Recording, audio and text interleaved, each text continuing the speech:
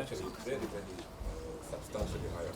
Is this trading that's going on at the moment? It begins at 9 a.m.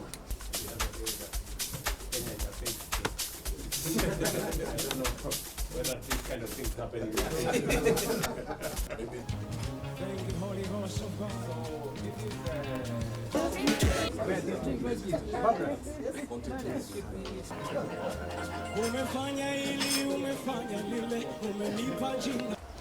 All these are companies that were traded yesterday.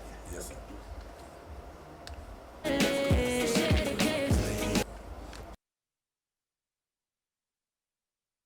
His Excellency the President. We can welcome him with a warm clap. Some have accused my administration of over-promising or taking on too many challenges at once. I have this to say. Yes, I made promises. Yes, I took on many challenges that had bogged down our nation for far too long. This wasn't a mistake.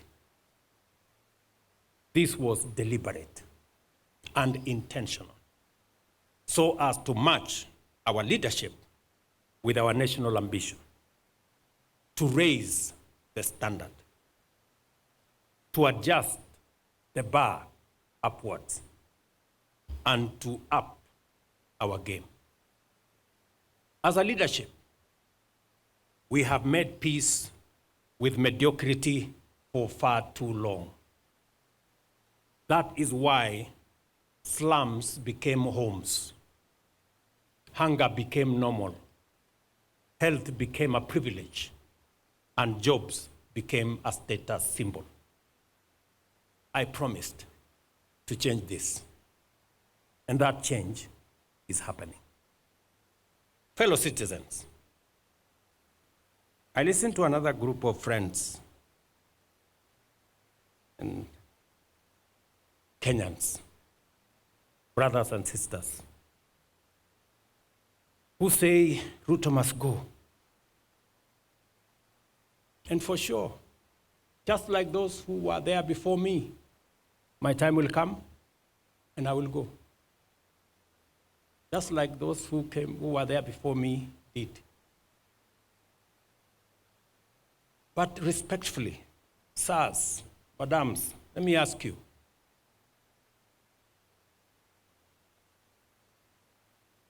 so what are your reasons for this Ruto must go? I'm sure it's not because of the spelling of his name. Maybe because you don't agree with the ideas, the policies, and the plan he has for our nation, which is okay. But please, would you kindly favor us with your counter plan, with your alternative plan? Because the more I listen, the more it is sloganeering. It's not about a plan, not about an alternative plan. And, hey, we cannot replace a plan you don't like with nothing. And I hear my brothers and sisters say, let Ruto go, then we will figure out. And we will tell you what is the alternative plan later. We cannot tell you now. To me, that sounds like the wash conmanship.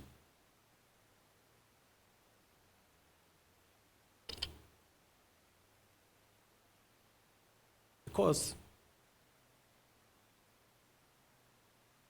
if you seriously have a plan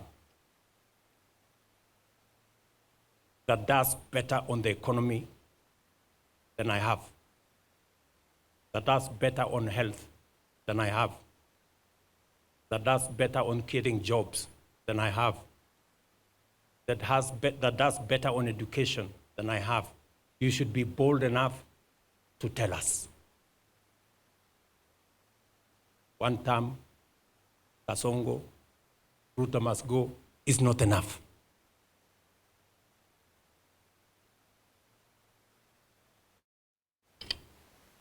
And we are going to have a candid conversation. Nobody is going to corner us. Sorry, guys. You have to come up with a better plan. Sloganeering is not enough. The more I listen to them, the more they tell us, oh, let's go back to NHIF. Oh, let's go back to the old model, the NHIF that never worked. Let's go back to the old funding model that crippled our university education. Oh, let's abolish housing. Let's do away with SHA. And to me, they sound like people who are accustomed to the status quo, the usual, the familiar, the no change. Ladies and gentlemen, we have a great nation. It is our duty to make it greater. We have a great nation. We have a great nation. It is our duty and responsibility to make it greater. I listen a lot to what people say about the present and the future of our country. I listened to one gentleman who retired the other day after working, I think, for 40, 50 years. And he wants to be president. And I listened to him say, Kenya is a failed state. And I asked myself, so for 40 years, you have been working in a failed state? So you want to be president of a failed state? Really? You want us to entrust you to the leadership of a country you don't believe in, to a people you don't believe in? And just for the record, companies like Lindsay, Liaison, an exchange like Nairobi Stock Exchange, the best listed stock exchange last year in Africa, they don't exist in failed states.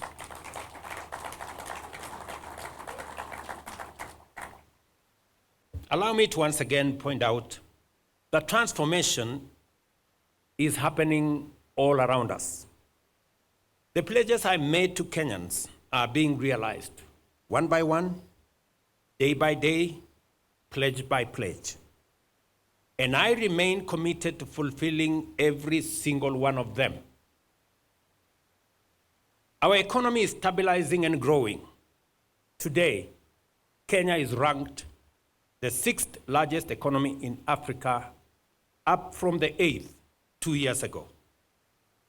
Inflation has dropped from 9.6 in 2022 to 3.8 today. The exchange rate has stabilized at Kenya shillings 129 to the dollar for more than a year, down from Kenya shillings 165. And foreign exchange reserves have climbed to $11.8 billion US dollars from US dollars 6.5 billion. Food production is improving. Maize output, for example, has grown by 50%. And farmer earnings for tea, coffee, and milk have also increased significantly. The affordable housing program is now active in all 47 counties, employing 320,000 Kenyans. And that number is expected to double in a few months. While our labor mobility program has placed 400,000 Kenyans in jobs abroad, Climate Works is onboarding 120,000 workers, and our ICT digital jobs framework has 180,000 people working and monetizing their talent. In the health sector, 110,000 community health promoters are assigned to visit our homes, while more than 25 million Kenyans are enlisted with SHA, bringing us closer to universal health coverage and ensuring that access to quality health is not the privilege of a few, but a constitutional right for all. Our education reforms are also taking root. The CPC transition is complete. We have employed 76,000 teachers in 2 years and will hire another 24,000 in January. Our new student-centered funding model now guarantees quality and sustainable education. Additionally, our public savings at NSSF that stood at Kenya shillings 320 billion 2 years ago will double to 640 by the end of this year as our plan on revolutionizing our savings culture takes shape. At the beginning of this administration nearly 3 years ago, I made a clear and firm commitment that we would build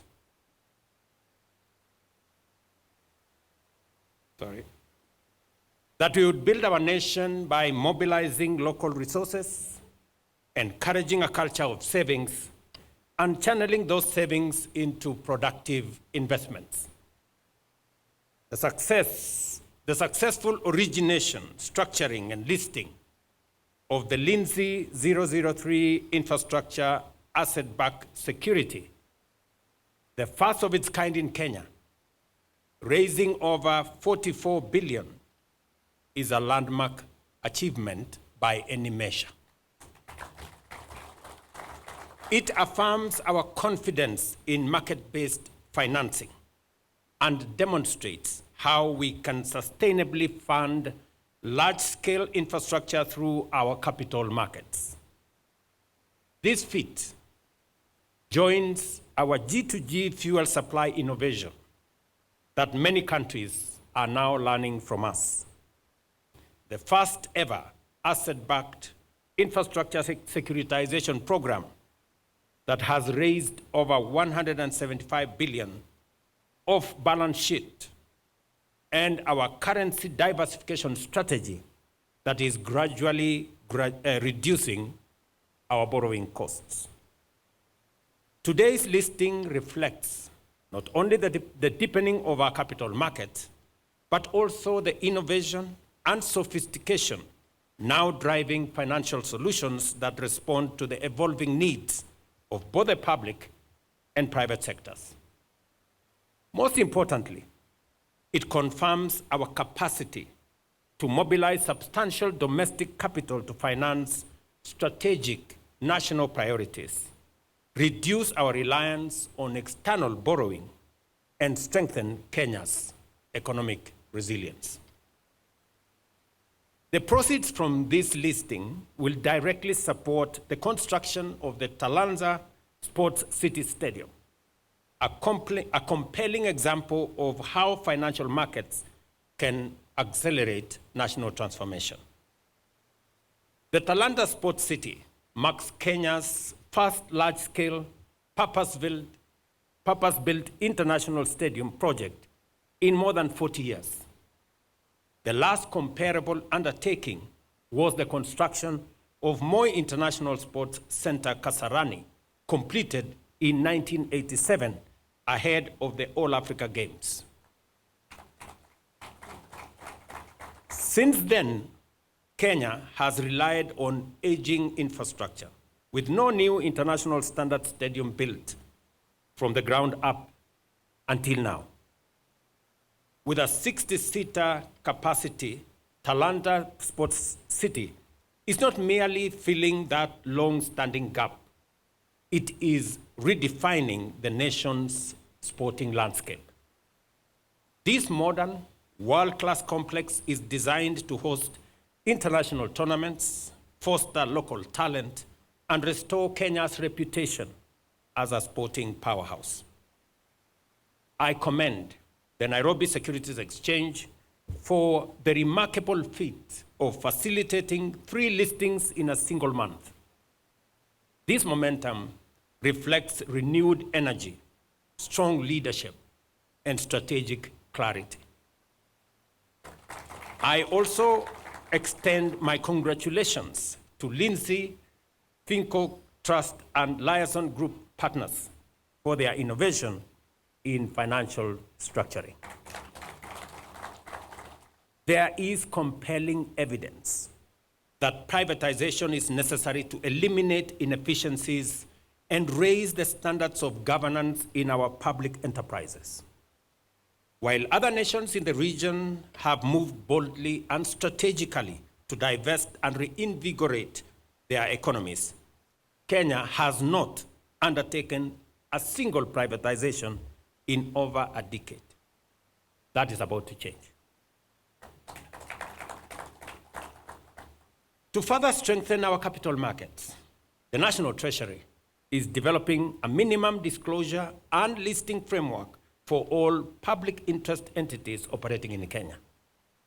We are raising the bar to require public entities to begin disclosing standardized financial and operational data in line with capital markets standards.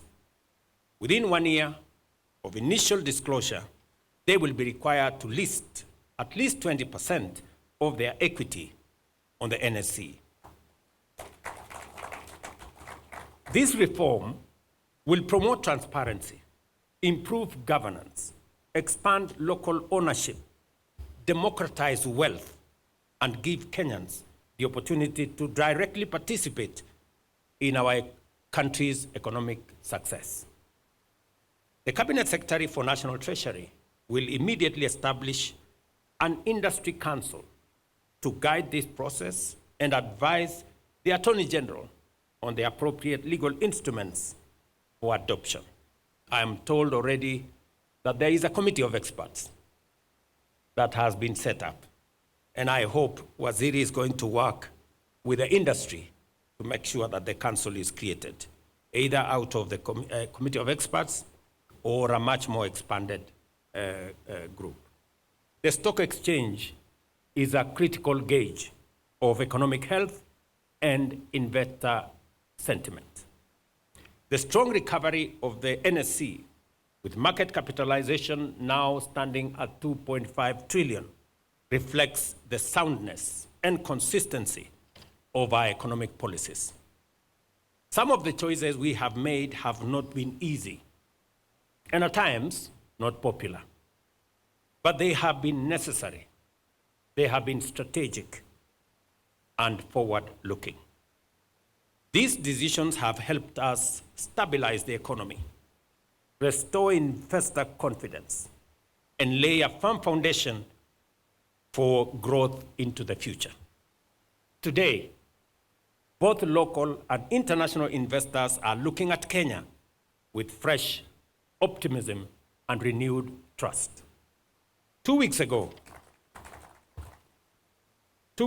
during my visit to London in the United Kingdom, where 4 global giants, Lloyd's of London, Bupa International, Africa Specialty Risk, and Africa Finance Corporation signed their way into Kenya, I reaffirmed our commitment to expanding the depth and appeal of Kenya's capital markets. A key plank of this strategy is the diversification of state-owned enterprises through initial public offerings on the NSE, unlocking value, improving governance, and attracting long-term capital. We are implementing a structured, time-bound divestiture program, starting with the listing of the Kenya Pipeline Company. I expect the cabinet to grant approval to this IPO shortly. And the Privatization Commission this morning is working on the final approval. And by September, by God's grace, we will have that listing here.